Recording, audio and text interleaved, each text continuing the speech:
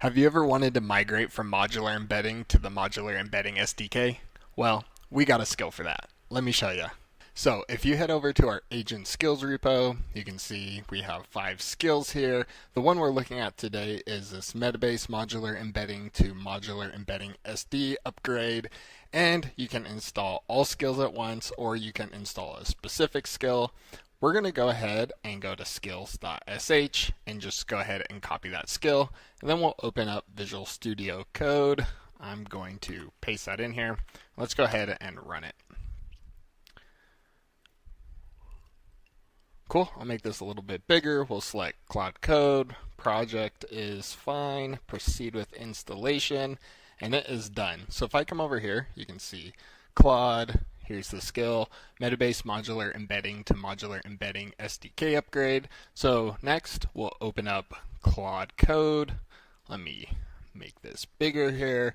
I'll copy over a prompt, paste it in here, and it says migrate from Metabase modular embedding web components via embed.js to modular embedding SDK, and we'll fire that off.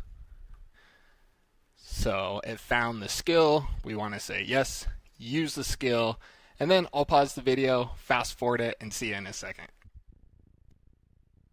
Awesome, so it just completed. You can see the update to-dos are done. It says migration complete. If I come over here to package.json, you can see now we have this embedding SDK React version 59. So let's go ahead and open up a new terminal. We'll do a npm install. And let's go ahead and npm run dev. So if I open this up now, we should see the dashboard load. Awesome, so it was successful. So make sure you check out the repo and our docs to learn more about these agent skills. Cheers.